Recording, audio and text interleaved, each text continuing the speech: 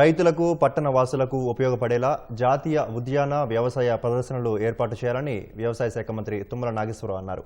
Hyderabad IMAX మైదానంలో ఏర్పాటు చేసిన జాతీయ ఉద్యాన వ్యవసాయ ప్రదర్శనను ప్రారంభించిన మంత్రి పలు స్టాళ్లను తిరిగి పరిశీలించారు.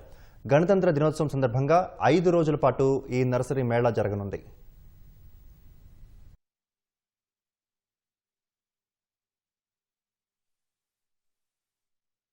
ఇటువంటి మేళాలు హైదరాబాద్లోనే కాకుండా జిల్లా కేంద్రాలతో సహా రైతాంగానికి, అదేవిధంగా పట్టణ వాసులకు కూడా ఆర్నమెంట్లు పెట్టుకునే వాళ్ళు పట్టణ వాసులు పెట్టుకుంటారు, పంటకు కావాల్సి వచ్చిన వాళ్ళు రైతాంగం తీసుకుంటుంది.